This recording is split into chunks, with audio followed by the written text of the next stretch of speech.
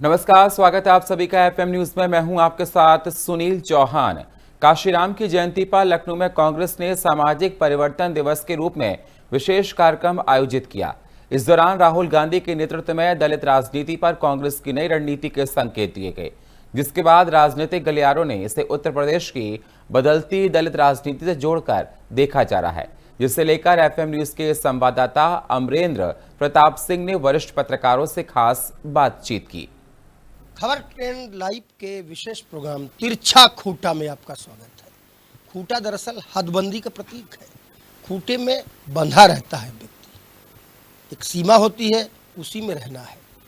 और ये खूंटा होना तो चाहिए राजनीति में भी, नौकरशाही में भी और व्यवस्था में भी। लेकिन खूंटा तोड़कर जाने की कोशिश अक्सर जब लोग करते हैं तब सिस्टम बिगड़ता है, कानून व्यवस्था बिगड़ती है और बिगड़ती है वो राजनीति जो देश को संभालने के लिए होती है। आज हम चर्चा करेंगे तिरछा खूंटा में एक ऐसे विषय पर जो थोड़ा मनोरंजक भी है और थोड़ा आश्चर्यजनक भी। जी हाँ, काशीराम बहुजन समाज पार्टी के संस्थापक, वाम सेफ, DS4 जैसी संस्थाओं को बनाने वाले काशीराम अब दुनिया में नहीं है। लेकिन न जाने क्या हो गया है कि उत्तर प्रदेश में 2027 के चुनाव से पहले काशीराम सबको बहुत याद आ रहे हैं। अगर हम बात बहुजन समाज पार्टी की करते कि सुश्री मायावती जी, उनके भतीजे आकाश आनंद और उनकी पार्टी के अन्य लोग काशीराम को याद कर रहे हैं तो कोई आश्चर्य की बात नहीं होती। लेकिन अब काशीराम को वो याद कर रहे हैं जो बात तो करते थे नेहरू की, गांधी की और इंदिरा की, जो बात तो करते थे लोहिया की, जनेश्वर की और मुलायम की, लेकिन उन्हें याद आ रहा है काशीराम। क्या होगा अंजाम? अब काशीराम से सबको काम। सबसे पहले परिचय करा दें, वरिष्ठ पत्रकार संजय राजन जी हमारे साथ हैं। बहुत अनुभवी हैं, राजनीति के बारे में बहुत गहरी जानकारी रखते हैं और ऐसे मुद्दों पर बेबाकी से अपनी बात भी रखते हैं। शशांक श्रीवास्तव, यंग और डायनामिक पत्रकार, लेकिन वरिष्ठता के क्रम में हैं। इन्होंने भी राजनीति को बहुत करीब से देखा है, बहुत करीब से नेताओं से बात की है, बहुत करीब से उनकी सच्ची और झूठी बातों का विश्लेषण भी किया है। और विजय त्रिपाठी, एक ऐसे पत्रकार जो उत्तर प्रदेश की राजनीति में दलगत स्थितियों से अलग हटके हर प्रकार की राजनीति को जांचते हैं, परखते हैं और समझते हैं। सबसे पहला प्रश्न हम विजय त्रिपाठी से ही कर लेंगे। कहा भैया, लोहिया, जनेश्वर, इंदिरा, नेहरू, राजीव और जय श्री राम सबको भूलकर सबको पड़ गया काशीराम से काम। देखिए, काशीराम ने राजनीति के पैमाने को बहुत ही दूसरे नज़रिए से देखा था। हर व्यक्ति अपने आप में एक इतिहास लिखने की कोशिश ज़रूर करता है, लेकिन काशीराम ने जो किया वो फिलहाल अंबेडकर के बाद कोई दूसरा व्यक्ति ही होगा जिसने काशीराम बनने की कोशिश की। और उन्होंने जहां से ग्रास रूट से जो काम शुरू किया, यानी सरकारी कर्मचारियों से शुरू हुआ एक छोटा सा संगठन वाम सेफ, वो बहुजन समाज पार्टी और उत्तर प्रदेश की जो सत्ता थी, एक समय में मायावती को सत्ता पे बैठाना और मुलायम और कद्दावर तमाम बड़े उस दौर के तमाम बड़े नेताओं से मोर्चा लेकर के अपने नाम को आगे ले जाना, ये काशीराम ने किया था। और अब भी आज अगर राहुल गांधी जैसे नेता काशीराम की याद कर रहे हैं तो जाहिर सी बात है चुनौतियाँ काशीराम के लिए नहीं, कांग्रेस के लिए हैं। क्योंकि कांग्रेस को पूर्व में काशीराम ने सबसे ज़्यादा ये कहा कि जिसने दलितों के साथ अत्याचार किया वो कांग्रेस थी। नेहरू, गांधी, इंदिरा, सोनिया, राजीव, सभी के लिए काशीराम के बड़े ही स्पष्ट और तल्ख लहजे में हमेशा उन्होंने अपनी बात रखी कि कांग्रेस ने ही देश के दलितों का सबसे ज़्यादा शोषण किया, सबसे ज़्यादा उत्पीड़न किया और दलितों को सिर्फ वोट बैंक बनाकर रखा। और वही काशीराम आज अगर राहुल गांधी के लिए ज़रूरी हो गए हैं और राहुल गांधी उनके लिए उनकी जयंती मनाने स्पेशल लखनऊ आ रहे हैं, और तो ये अपने आप में एक राजनीतिक तौर पर बड़ा सवाल है कांग्रेस के लिए भी कि आखिरकार वो किस विचारधारा को आगे ले जाना चाहते हैं, या नेहरू गांधी के साथ हैं या फिर काशीराम के साथ हैं। लेकिन राजनीति ऐसी चीज़ है जो सब कुछ करा सकती है, और उसी का छोटा सा एक मुजाहरा है जो राहुल गांधी काशीराम की जयंती। राजनीति सब कुछ करा सकती है। जिस कांग्रेस पार्टी के शासन को खत्म करने के लिए, जिसको सत्ता से बेदखल करने के लिए काशीराम ने मिशन शुरू किया था, वाम सेफ, DS4 और फिर बहुजन समाज पार्टी तक 4 बार मुख्यमंत्री बनी उत्तर प्रदेश की मायावती। स्थितियां परिस्थितियां कुछ भी रही हैं, लेकिन काशीराम कभी कांग्रेस के नहीं थे, जैसा हमने पढ़ा है, देखा है और जाना है। आप बताइए, अब कांग्रेस काशीराम की कैसे हो जाएगी? देखिए अमरेंद्र, दरअसल सारे सियासी दलों का मकसद होता है सत्ता पर काबिज होना। इसके लिए बराबर रणनीतियाँ बदलती रही हैं। मायावती का क्या था पहले, जूते मारो चार, बोलूँगा तो नहीं मैं। बाद में क्या हुआ, उन्होंने सोशल इंजीनियरिंग के नाम पर ब्राह्मणों से लेकर तमाम सियासी दलों को साधने की कोशिश की। ये काशीराम एक प्रतीक हैं। जो समाजवादी पार्टी का जो पीडीएफ फार्मूला चल रहा है, उसकी काट निकालने के हर एक सियासी दल कोशिश कर रही हैं। आप देख रहे हो कि भारतीय जनता पार्टी की रणनीति में बड़ा बदलाव आया है। आप यूजीसी कानून को लेकर के किस तरह से बवाल मचा हुआ है, लेकिन भारतीय जनता पार्टी और संघ की ओर से उसका समर्थन हो रहा है। कुल मिलाकर के समय अनुसार हर एक सियासी दलों ने अपनी रणनीति बदली है और मकसद बिल्कुल साफ है। एक बड़ा उदाहरण मैं दे देता हूँ। कल तक ये माना जाता था मौलाना मुलायम से शुरू हुआ था कारवां। अखिलेश यादव से लेकर ये कहा जाता था कि अल्पसंख्यक तुष्टिकरण के ये इर्द गिर्द होते हैं, लेकिन सनातन का ऐसा मुद्दा स्वामी अवमुक्तेश्वरानंद ला करके खड़ा कर दिए कि अखिलेश यादव जा करके शरणागत हो रहे हैं। तो ये रणनीतियाँ कहाँ हैं? ये कोई जनहित की बातें नहीं हैं। सिर्फ सत्ता पर काबिज होने के लिए हर एक सियासी दल और उसके रणनीतिकार ये कोशिश करते हैं कि वक्त के अनुसार कैसे अपने आप को ढाला जाए। वक्त के अनुसार कैसे अपने आप को ढाला जाए। शशांक जी, आपसे इन दो महानुभावों ने जो बात कही है उसी को आगे बढ़ाते हुए मैं पूछूंगा, लेकिन सवाल अलग है। सवाल ये है कि मुलायम सिंह यादव की विरासत पर अखिलेश यादव, जिनके बारे में कहा जाता था, लोग कहते थे, जैसा सर ने भी बताया, कि मौलाना मुलायम, मुल्ला मुलायम कह देते थे। तुष्टीकरण की राजनीति के लिए उन पर सारे आरोप लगते थे। अखिलेश यादव को शंकराचार्य सनातन हिंदुत्व की चिंता है, केदारेश्वर महादेव मंदिर बन रहा है। कांग्रेस पार्टी जिसके विरोध में ही कभी, जिसको हटाने के लिए, बेदखल करने के लिए ही कभी DS4, BS4 और बसपा बनी थी, सफलता भी मिली। उस कांग्रेस पार्टी के सर्वेसर्वा राहुल गांधी काशीराम की जयंती पर आ रहे हैं। उनको काशीराम काशीराम दिखाई पड़ रहे हैं।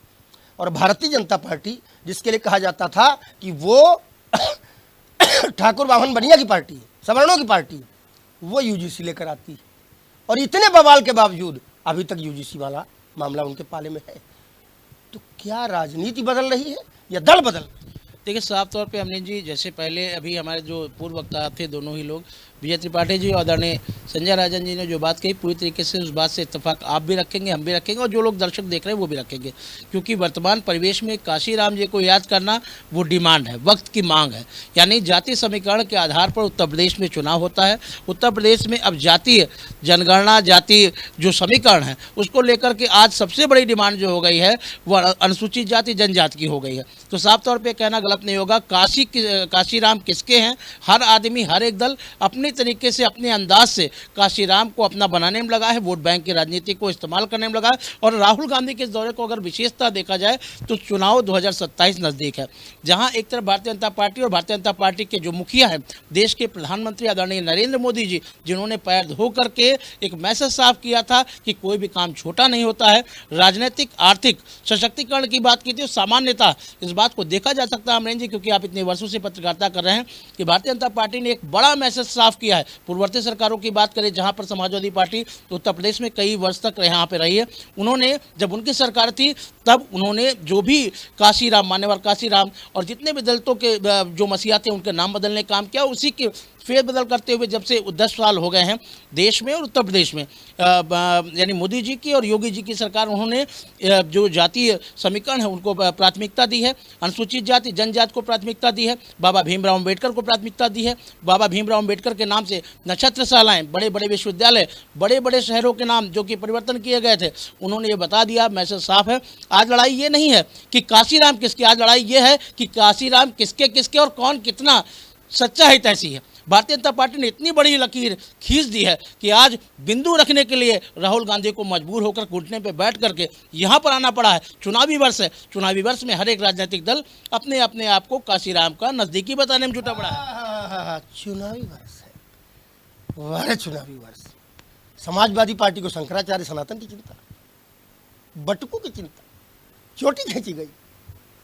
कांग्रेस पार्टी को काशीराम याद आ रहे, काशीराम जिन्होंने कांग्रेस को निपटा दिया था उत्तर प्रदेश में। और भारतीय जनता पार्टी चरण पखार रही है, यूजीसी ला रही है, जय श्री राम वाली पार्टी। क्या बदला है? राजनीति बदली है या ये दल बदल गए, या दल में जो नेतृत्व करता है उनके दिल बदल गए?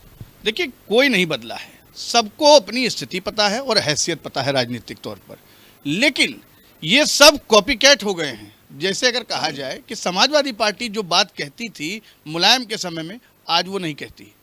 आज वो ये कहती है कि हम पीडीए चलाएंगे। कांग्रेस उस समय में जो दावे करती थी, आज वो दावे गायब हैं। भारतीय जनता पार्टी जिन्होंने एक रोड मैप तैयार किया है, उत्तर प्रदेश हो चाहे देश भर हो, कहीं पर भी जो सत्ता हासिल करने की जो चाबी उन्होंने बताई है, वो वाकई में काशीराम के वही लफ्ज हैं जो उन्होंने 92 में कहा था कि जिसकी जितनी संख्या भारी उसकी उतनी हिस्सेदारी। ये राजनीतिक तौर पर काशीराम के शब्द थे, लेकिन एडॉप्ट भारतीय जनता पार्टी ने किया, और इस कदर किया कि आज की तारीख में भाजपा सिर्फ वही कर रही है कि जिसकी जितनी संख्या भारी उसकी उतनी हिस्सेदारी। और सभी कैबिनेट हो, चाहे आज यूपी कैबिनेट हो, चाहे दिल्ली कैबिनेट हो, चाहे किसी भी राज्य की कैबिनेट हो, सब जगह वही हाल है। कोई दलित ज़्यादा हावी है, कोई मौर्य ज़्यादा हावी है, कोई सवर्ण ज़्यादा हावी है, कहीं ब्राह्मण ज़्यादा हावी है। तो इन राजनीतिक पैमानों पर अगर जातिगत समीकरण को भाजपा ने जितना तरीके से बिठाया है, उतना किसी पार्टी ने अभी तक नहीं बिठाया था। इसी वजह से अब सब पार्टियां, कांग्रेस हो चाहे सपा हो चाहे बसपा हो, सब भाजपा के पीछे चलना चाहती हैं और उनके रोड मैप पे काम करना चाहती हैं। इसीलिए कांग्रेस को काशीराम याद आ रहे हैं। मैं अगले सवाल की तरफ जाऊं विजय जी, उसकी स्टार्टिंग में मैं आपसे करना चाहूँगा, फायदा कितना होगा, क्या उखड़ेगा इन कसरतों से?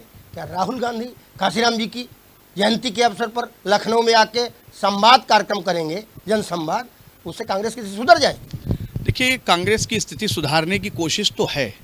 राहुल गांधी सिर्फ यही चाहते हैं कि हम कैसे अपना खोया जनाधार वापस लाएं, और ये एक मैं अंदर खाने जो लोगों में गपशप है, जो चर्चा है, उसको भी बताना चाहूँगा कि राहुल गांधी चाहते हैं कि हम समाजवादी पार्टी से बेहतर बसपा से अगर गठबंधन करें 2027 के चुनाव में, तो उनका वोट बैंक वापस कांग्रेस में आ सकता है। चूंकि सपा और बसपा का गठबंधन हो चुका है, बसपा के वोटर सपा में नहीं गए, ये रिजल्ट राहुल को भी पता है, अखिलेश को भी पता है। अखिलेश ये चाहते हैं कि कांग्रेस के पास हम अपने आप को बांधे रहें ताकि कांग्रेस बसपा की तरफ न जाने पाए। लेकिन कांग्रेस अंदर खाने ये चाहती है कि अगर हम बसपा के साथ मिलकर चुनाव लड़ें तो जो दलित वोट बैंक है वो शायद कांग्रेस में लौट सके। और जो पुराना दौर था, राहुल गांधी को ये याद है कि राजीव गांधी हो चाहे संजय गांधी हो चाहे इंदिरा गांधी का दौर हो, दलित तब भी कांग्रेस में था और बड़ी मजबूती के साथ था।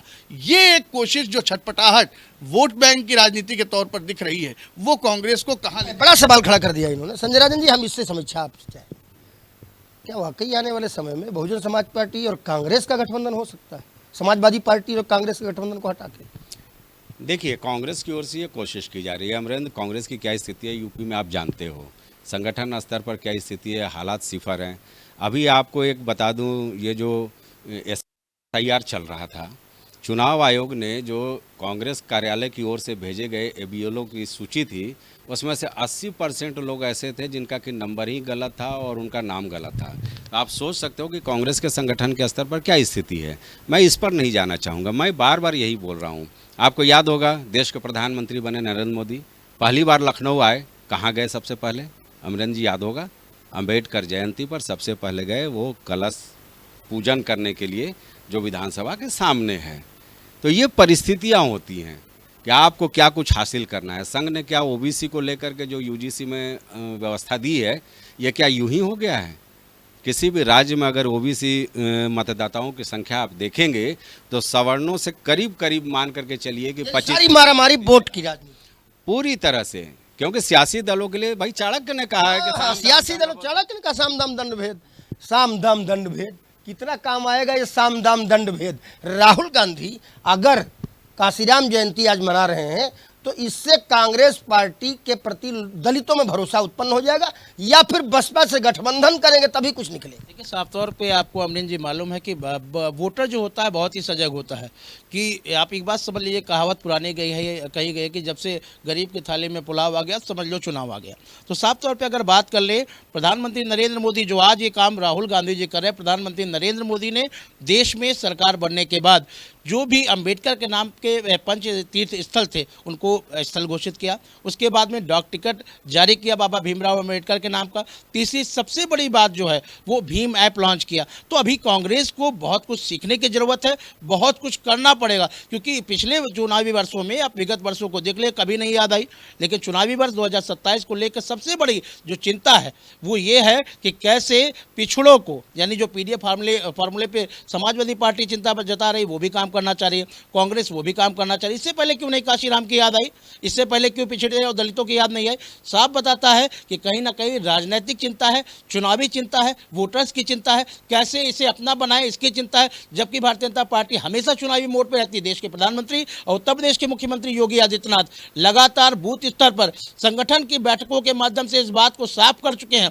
कि अगर वास्तव में भारतीय जनता पार्टी और वास्तव में भीमराव अंबेडकर, वास्तव में काशीराम जी के जो समर्थक है, उनको सम्मान देने का अगर काम किसी ने किया है तो केवल वो भारतीय जनता पार्टी। क्योंकि आने के बाद, जैसा कि अभी संजय राजन जी ने बताया कि अस्थि कलश स्थल जो कि विधानसभा के सामने प्रधानमंत्री नरेंद्र मोदी जब यहाँ पे आते हैं, वहाँ जाते हैं, प्रणाम करते हैं, उसका मैसेज साफ था कि दलित, और शायद यही बात है, शायद यही चीज़ है, 14 हो, 17 हो, 19 हो, 22 हो और अब यह 27 हो, इस बार भारतीय जनता पार्टी का वोटर साफ तौर पे अगर बात करें दलित वोटर, दलित अपना हित सोच चुका है। वो जानता है कि कहाँ उसका हित है, कहाँ उसको स्थान मिलेगा। और देश की सर्वोच्च पद की अगर बात करें, देश की राष्ट्रपति वो किस वर्ग से आती है, बताने का बहुत बहुत बहुत बड़े बड़े सवाल हैं। हमारे पास समीक्षा के लिए बहुत समय नहीं है, लेकिन इतनी बातों के बाद आपको ये तो नज़र आया होगा कि काशीराम सबको अपने क्यों लग रहे हैं, किस लिए हर आदमी काशीराम गाना रट रहा है। काशीराम एक ऐसे प्रणेता थे जिन्होंने दलित समाज को जागरूक किया, दलितों को उनके अधिकार के प्रति जगाया। और एक समय ऐसा भी आया जब दलित राजनीति उत्तर प्रदेश में उस उरूज तक गई कि मायावती 4 बार मुख्यमंत्री बनी। देश का सबसे बड़ा राज्य है उत्तर प्रदेश और यहाँ की राजनीति भी सबसे बड़ी है। और यहाँ की राजनीति पर कब्जा जमाने के लिए हर कोई बेकरार है, क्योंकि सबको सत्ता की दरकार है। एक नया सवाल भी पैदा हो गया है कि क्या राहुल गांधी काशीराम जी की जयंती के बहाने अपनी नज़दीकी बहुजन समाज पार्टी से बढ़ा रहे हैं, और क्या आने वाले समय में सपा और कांग्रेस गठबंधन की जगह पे हमें बसपा और कांग्रेस का गठबंधन देख के मिल सकता, या कुछ और स्थितियां होंगी? ये सारे सवाल हम आपके पाले में डालते हैं। गेंद अब आपके पाले में है, क्योंकि जनता हो आप और आप ही जनार्दन हो, लोकतंत्र में आप ही सर्वोपरि हो। बताइए हमें कि क्या लगता है आपको। नमस्कार।